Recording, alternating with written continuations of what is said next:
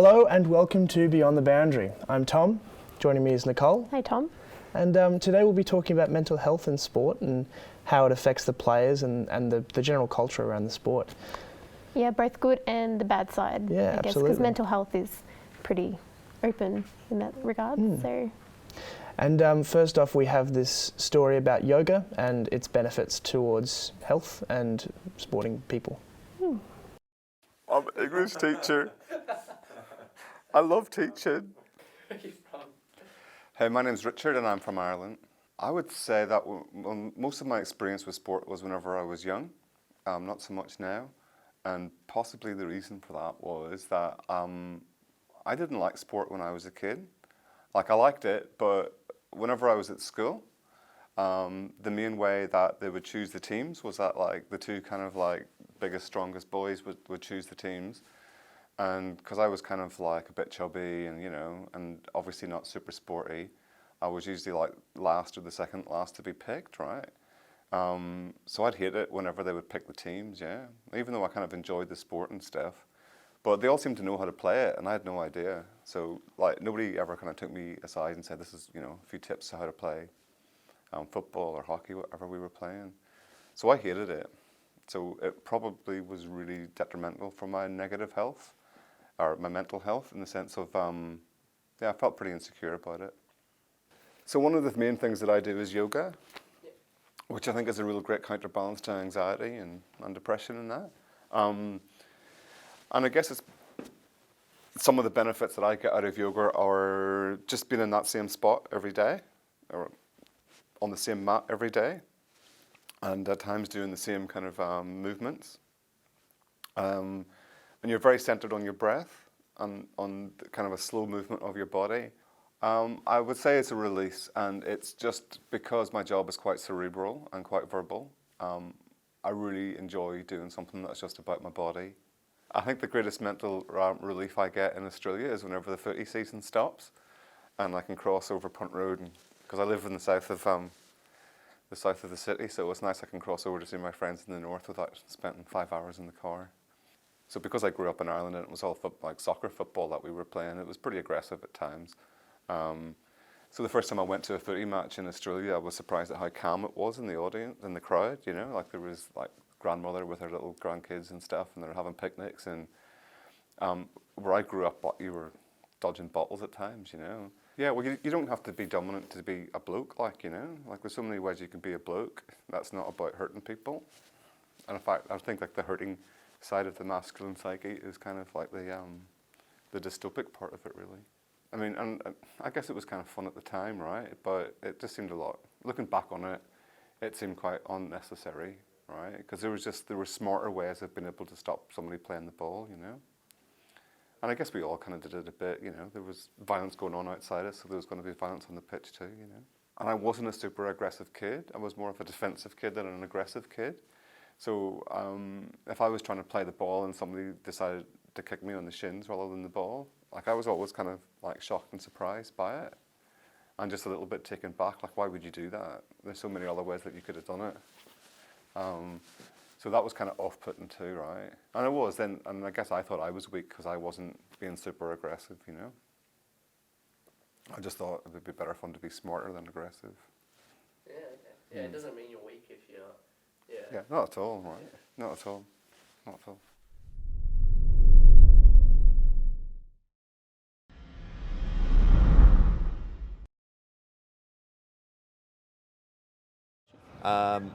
Well, if you look around, there's plenty of cases of players who've had to take time away from the game to sort it out, so you can't say that's not related to everything that they go through. They live under a high degree of scrutiny, and I think that's very difficult for anyone to handle. So I don't think they milk it. It's tough, but they get well looked after.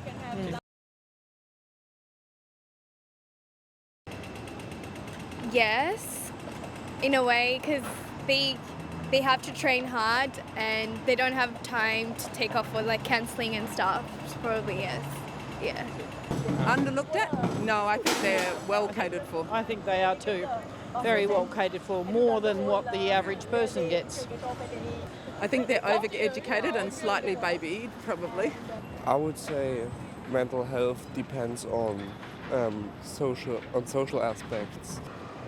It doesn't really bother me if they're under a lot of stress. I'm not really interested in AFL, to be honest. Everyone, I guess, gets exposed to that media and those certain stereotypes, so they think they have to act or behave in a certain way. Yeah, it's really hard on personal identity. I think the more like we talk about it and the more like you guys are doing stuff like this, I think like the stigma is like definitely going away a little bit. Yeah. Yeah. I feel like people should give it more attention and help people out more. Yeah. I think it needs more. Like if someone's like struggling with a mental health issue, if it's in like sport or if it's in like a community or whatever, I think like it's definitely like it should be like spoken about like in mainstream like media coverage. If it was me and I was an AFL footballer, that would drive me to distraction. There's too much of it over-analysis on television. Every night of the week, somebody's analysing something. Go away, let them play. That's my comment. Wow. Yeah. I love watching those things. They're so much fun. There's always such a varied amount of opinions. Like that woman. Go away, let them play. Go away, let them play. That's so true, though. It's very, very strong opinion. Very strong. Yeah, she seemed very upset that people were analysing it all the time. But then there were other people as well who kind of were on the opposite side of that argument. I think it's very cool to see how people are thinking about it. Yes. Yeah. Most definitely. Yes. Well, now we have our big story on how the AFL is handling and dealing with mental health in the AFL. Well, AFL footballer Harry O'Brien has shocked the sporting community by revealing his depression and suicide. Probably one of my lowest ebbs too, because I was clinically depressed and really struggling with it. Actually needing to step back from footy and felt really lost, and I guess like I couldn't see the end of the tunnel. I couldn't see a way of getting out of this wreck that I was in. I was getting to the stage where I was getting a bit, I suppose you could say a little bit suicidal. The AFL has declared enough is enough.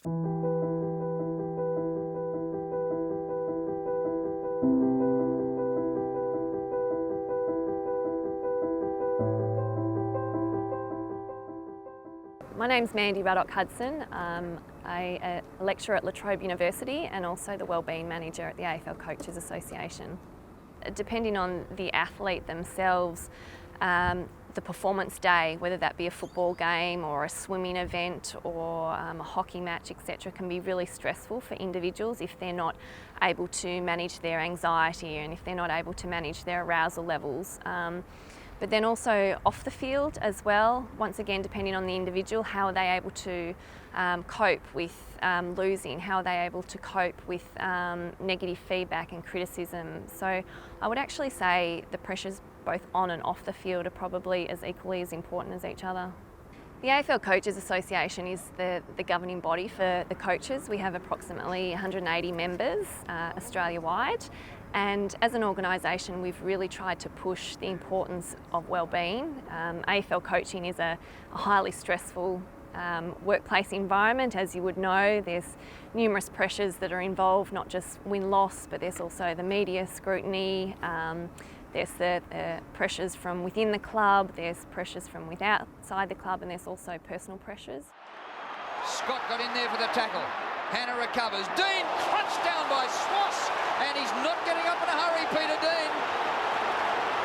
That's great finals football by Wayne Swass. Pretty solid blow there from Wayne Swass, and this one really could unbalance Carlton a little bit. Nothing untowards about that one. Message was pretty clear.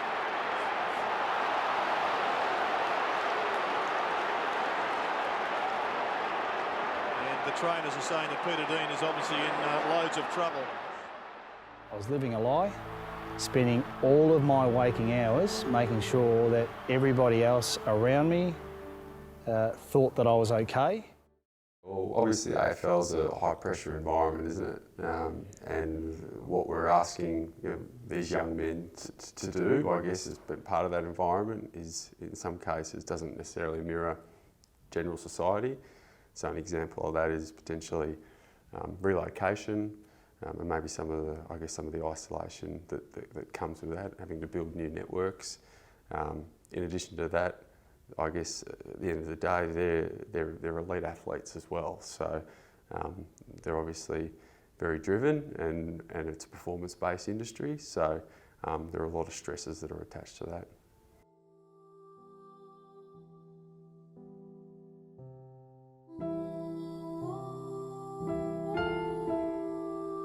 Depression has been, 100 million people globally have been suffering from depression at some stage in their life. So it's quite recognised now. It's really important to identify the differences between depression and just feeling low though. In society, generally we all feel low at some stage, but with depression, it's when signs and symptoms have been present for at least 2 weeks, and these signs and symptoms can be anywhere from emotional disturbances, having difficulty sleeping, a change in appetite, and actually feeling really withdrawn from society. I used to work in a mental hospital, and they were more or less lepers them days. And these days, they, particularly football and sports, and that they really try to look after that type of thing, you know.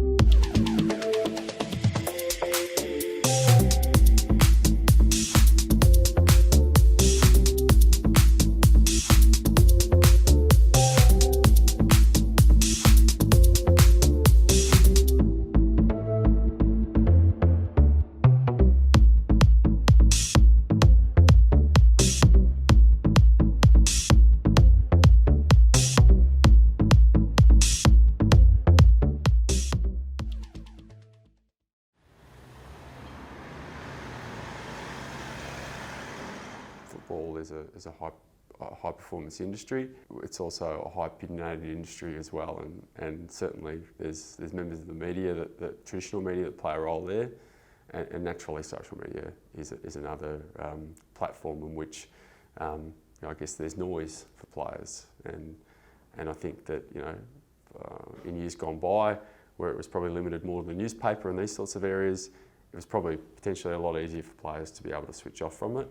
But now with television and social media and that rolling news cycle, it's a lot harder to evade some of that commentary. Oh, I've played football for a lot of time, and some people are really badly injured through football. And but I suppose the footballers of today do have a lot more psychological things, because the pressures of football is incredible to when I played.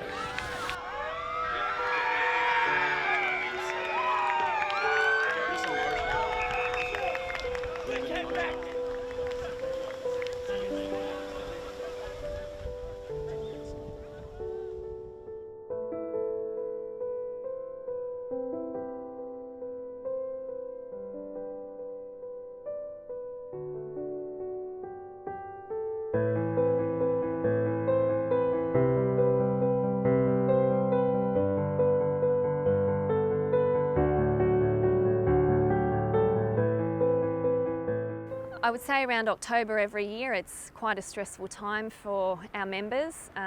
Coaching contracts can be quite short, and therefore there's a lot of job insecurity. Jobs are also based on win-loss ratio as well, so it can be a really challenging time for coaches. Once again, as an organisation, not my area of expertise, but they do provide assistance to coaches in the lead up to those who are out of contract, and obviously we do provide assistance to those who have unfortunately been sacked. I would anticipate that sure, a coach would go through self-doubt at some stage, as does everybody, whether it be a student at university or someone in the workplace. At the moment, we're going around and doing what we refer to as club visits. So we do this twice a year, and it's a great opportunity now that the CBA has been resolved to be able to, I guess, take a whole range of issues back to players and essentially get them to tell us where the key priorities lie going forward and how to shape our strategy. So, as I said before, as a Players Association, we serve to serve the players, and they'll essentially, I guess, dictate in terms of where the priorities and that strategic objectives need to be positioned going forward. I think mental health and wellbeing has evolved dramatically over the years. In the past, potentially seeking help, especially from a male perspective, may be frowned upon or there was a stigma associated with it. I think football as a general community has done an outstanding job to highlight the importance of mental health and wellbeing, and they're actually now looking at mental health as being something positive and not so much being something negative. If anything, we're seeing, witnessing some real positivity in the sense that we've got a lot of players, this year alone, for example, that have put their hand up and been quite public with some of the struggles that they've faced. But if you sort of bring it back to society, I guess, there has been a history anyway around the stigma associated with mental illness, and I guess some of the older sort of mentalities that exist around potential weakness or I guess the sort of shame involved in sort of aligning yourself with that particular illness. So we're doing a lot of work to overcome that, obviously, as a society, and AFL footballers are playing a key role in that regard too. I am aware that our organisation is looking into other coaching codes, the NBA, for example, the Premier League, etc., to see what other sports are doing. It's like any other elite environment. If you've got a group of athletes, of course you're going to look at athletes overseas and sports overseas. So from a coaching perspective, we're always trying to improve our services and improve as an organisation. So most definitely looking at what other coaching codes are doing too. Some of them, I'm sure, don't feel as comfortable being public with some of the struggles or the challenges that they're facing. But for those who are, I guess, and particularly if they do have a little bit of public profile as well, who are comfortable in doing so and coming forward, they can certainly play a significant role in overcoming that, I guess, the challenges that the general community face in terms of modelling, I guess, the courage of coming forward and the benefits of doing so.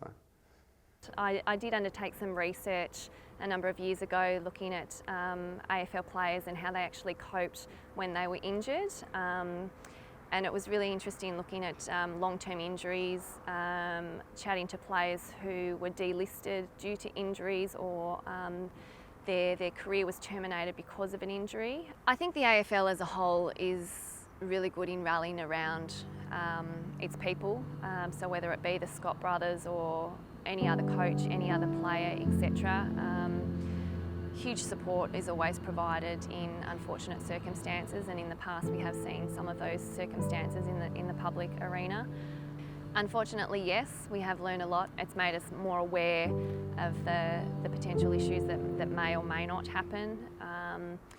It was almost like a turning point from an organisational perspective, and based on that, a number of strategies have been put in place.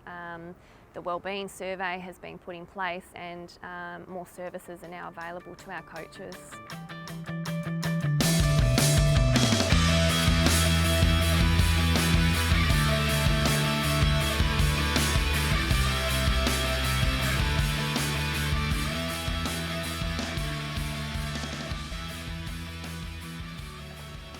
God, so much is being done at the moment to accommodate for that, and it's so great to see the AFL really embracing that and running with it in a way. Most definitely, yeah. Yeah. I hadn't even thought about any of those kind of outside factors before. Like I'd thought about the players and the media, and I mean I'd thought about the players and how stressful that environment would be, but like I hadn't even thought about the coaches before and how stressful it would be to be a coach of an AFL team. I just it's interesting to start a discussion on that, I think, especially since so much of their success and kind of ability to be hired again would be based reflects on their how they coach the team and on a win-loss ratio, and really interesting. But great that they're doing stuff about it.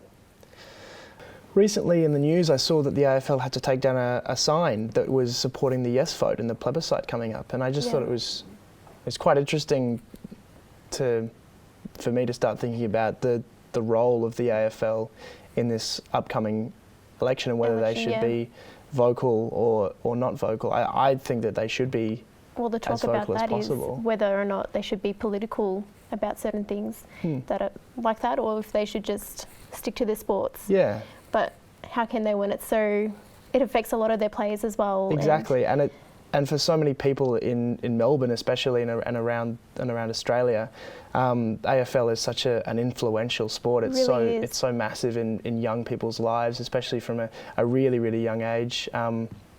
Growing up, it can ingrain certain ideas. It has that kind of influential power. It has the effect, yeah, most definitely. You know, the ability for them to be really vocal about something like this, I think, is very, very important for them to use that.